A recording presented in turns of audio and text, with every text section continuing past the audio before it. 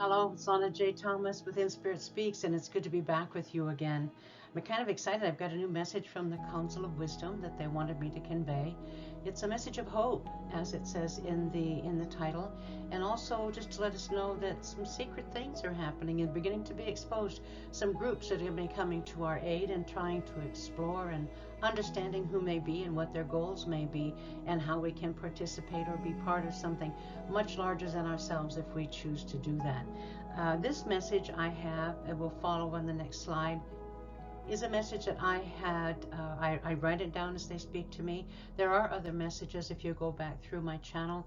The initial ones, and some of them I have brought them a little bit further and up to date, so they're not so hard to find.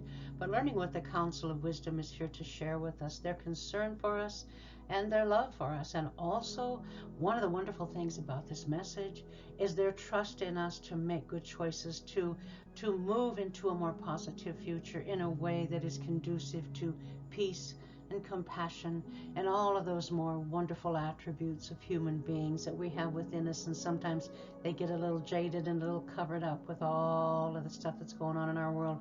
Chaos, isn't it crazy? Anyway, the message that they have conveyed is really a message of hope, wanting us to hang in there and trust and to know that if we really look deep within ourselves, we can find something, the wondrous things about ourselves, and maybe not be so overwhelmed by all of those things about us that just seem to be negative and disheartening. And so go ahead and in the next slide, listen to the message from the Council of Wisdom.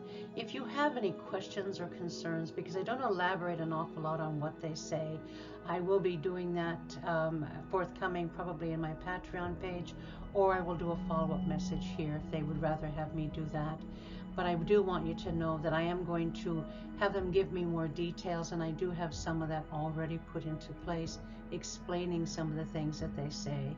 So you'll pick up on little things in there that will stand out to you in this message, and pay attention to those. And if you want to ask a question, make a comment below. Please feel free to do that, and I will get right back to you with whatever message I can get for you from them. And be blessed, and I hope you enjoy this message. Thank you so much for spending time with me and allowing me to be in your company today.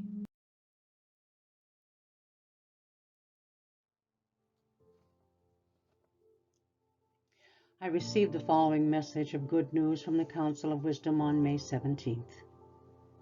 They wanted me to reiterate the fact that they do indeed perceive this as a message of hope. And they want us to understand that they see what's going on. That's why the Council of Wisdom came and asked me to convey messages for you in the first place. They'd seen it before. They know what's happening. They know what to expect, and they wanted to help us along the way. And I think that's very generous of them and very caring. I want to begin, just read this message as they conveyed it to me, which is what I normally do. And this is how they started. There is a story to be told, and the message is a clear one of hope and faith. We of the Council of Wisdom are adorned with a shield of honor, and we are so convinced of the ability of mankind to change the course of the future that we wish today to offer some suggestions. Within the range of humanity, there lies the ability to alter the course of man's plan and to adhere more fully to an intelligent and divine plan that will secure the future of the purpose of this planet. Many strive to be the worst they can be without getting caught, and many are so hell-bent on being bad, they want to get caught to validate their state of darkness. This will escalate. One can move about the chaos in fear or in faith and know that it is but for a time, and then peace will ensue. Watch with interest as the weights and measures are meted out, and the harmful will become harmless. The lions will slip out like lambs, and many will preserve the state of peace that is Earth's destiny. Now, precious souls, you have traveled through much of the darkness that has been rearing its head, and it is due time the enlightened form a circle of hope in releasing the hold that darkness has. It will be an en masse movement that will rise out of seemingly nowhere, but the impact will be magnanimous in scope and effect. It will come before anyone expects it, but know that it is indeed in the works and being organized as we speak. If you wish to play a role, then let us know in prayer, and it will be organized in a manner that you will know how to act. The shape of things to come reverted back to a positive flow, now that mankind is fed up with the loss of freedom, life, and choice. Before the summer's end, the uprising will become obvious, and it will be unstoppable. I told them I wanted to ask for more details, and if I did, would they provide them? Their reply was, within limits, yes, as you might consider the information classified. Do you recall that we mentioned that there was a very large group who protect the masters that dwell among you? I said, yes, I recall. They began again. This time, the plan is to formulate stop-gap measures before mankind slips into the need for power through darkness in the avenue of hate and despair. The new measure is one of loving kindness, compassion, and a concern for all mankind. The separations will be in place, and dark and light will no longer reside together. Remember when we taught you about the 7 dimensions of space-time and how the planes have distinct differences? Well, the shifts are coming, and coming swiftly, so be prepared to hop out of the shadows here and into the light forever. We hasten our step as many have requested, and we have come now to bring aid and respite to the weary and the meek. Many peacekeeping organizations are going to expand as the flow of violence is stemmed by force, and the shifts to a newer world will begin to unfold. Be prepared so you do not miss the boat as it sails. Watch for these signs in the days ahead. The days will seem exceedingly brief as space-time unfolds more swiftly in order that the future is brought forth. And you will see a more dramatic shift in the violence. It will escalate until it has to be stopped by radical means. The violence will be pervasive and without cause. Only this unfortunate state of affairs will force man to act. I asked them, do you speak of wars? And they replied, yes. Madmen will become more mad, and the result will be the boundless charges against other countries, and a power struggle will cause the few to attack the many. It is man's destiny to war against each other until they finally discover that the lines drawn are imaginary, and the planet houses all alike without favor. Man wars over stuff, even though everything is in abundance. The waste is exorbitant, and the greed is overwhelming the kindest of hearts. And simultaneously, the greed is consuming the evildoers who hoard and exploit the bounty as if it were not abundant. Waste creates shortages, even when resources are abundant.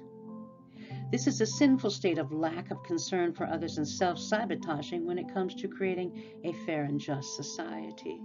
It is so obvious it should not have to be stated, and yet the waste remains strong and accepted by nearly all who consume and overconsume. That is the end of their message. This video continues on the next slide.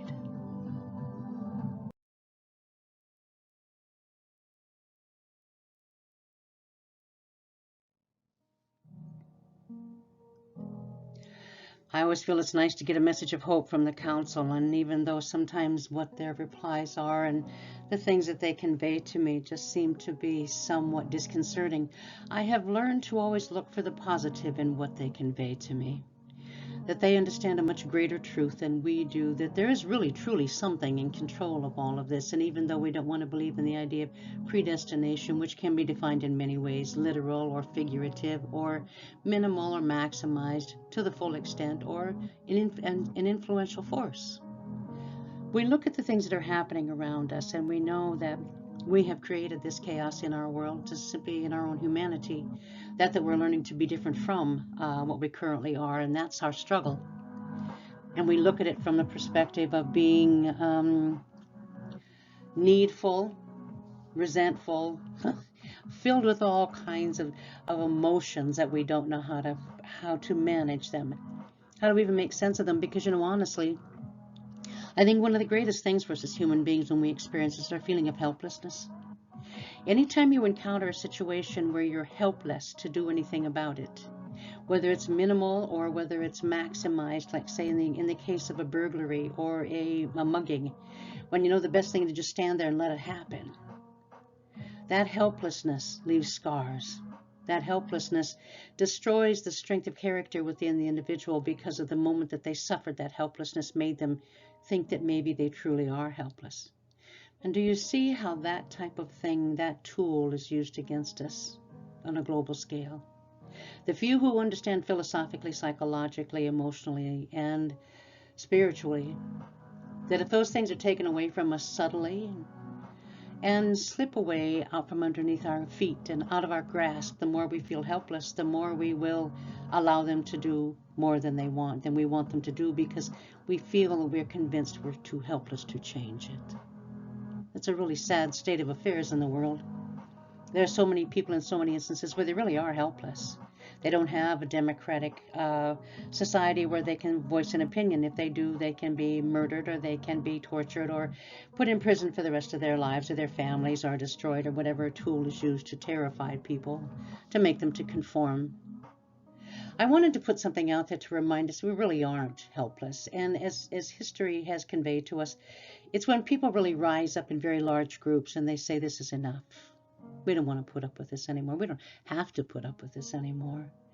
We're the ones who do all of the work, that makes all of the money, that feeds your stock market, that we consume all of the things that you have so put out there for us to buy, corporately or otherwise, whether it's large corporations that are taking over our food sources, and whether it's someone now that we see what's happening with the monopolies in baby formulas and government programs that fund that, and how the whole thing seems to be crumbling around us and around them. So now it seems as if the time that maybe it really is the time. Do we dare hope that now is the time that things are going to begin to make this dramatic shift? A shift away from the governmental process that we have right now that simply isn't working, except for the few who have coordinated it and orchestrated it and moved it around and shifted it quietly behind closed doors and bills and laws and things that are changed in order to benefit them at our expense. So I put this picture here of the people who were protesting the Roe versus Wade. A quote here from Cesar Chavez, who was a labor leader in the United States, and he led peaceful protests against the labor laws that, or the lack thereof, that didn't protect people. And in this quote, as you probably read, he said, "I am convinced that the truest act of courage, the strongest act of humanity, is to sacrifice ourselves for others in a totally non-violent struggle for justice." If it's a violent one, it can be discounted. It can be dismissed as radical. It can be dismissed as crazy and lawless. And then the government will have to step in and stop in some way that they can without violating our right, or the right to speech, or right to protest. However, there are different things that happen in history that convey, such as this group in Estonia, where they got together hundreds of thousands of people. And in that, they began to sing their national anthem. They called it a singing protest. So many of them rallied together and just kept conveying the love that they felt for their country, and the honor that they felt for their country, and what they wanted in their life in that country, that after a while it couldn't be ignored. They were victorious. The way that they moved through it was not with violence, and not with looting, and not with burning, and not with tearing things down, and not with using everything within the idea of our desire to compete, and our desire to possess, and our desire to destroy, but our desire to build up. So many times in protest, when the looting begins and the violence begins and the burning begins, like we have seen so much of in the last 5 years particularly, so many people just on the edge of insanity because they're so caught up in their frustration and their fear of helplessness, that when something happens, they can begin to convey their power. It becomes overpowering to them, and violence ensues. Truth and honesty and maturity and protesting for our rights comes in peaceful means, but in numbers. Numbers that cannot be ignored. And that's the key with us if we can find some way within our lives, however simple or however huge it is that we become involved, whether you're a person who waves a placard on the street, or you're a person who sits quietly by and sings songs of peace, whatever contribution you make, we're at the point of realizing that whatever we are, whatever we're becoming, has to be more than what we currently are and what we have been. And in our emotional maturity and our emotional intelligence, begin to curb the feelings of anger and begin to use logic, reason, speech, truth, honesty, and strength. Strength in numbers to begin to convey enough is enough. We've had enough, people, and it's just going to get worse for a bit. So rally yourselves. Find a way that you can contribute. Find a way that you can be part of something larger than yourself. Understanding that there is things within our history that show that we are successful in strength in numbers, and everything that's being done right now to divide us has been very, very successful. So begin to remember that we are not different races, we aren't different countries, we aren't different people, we're humanity.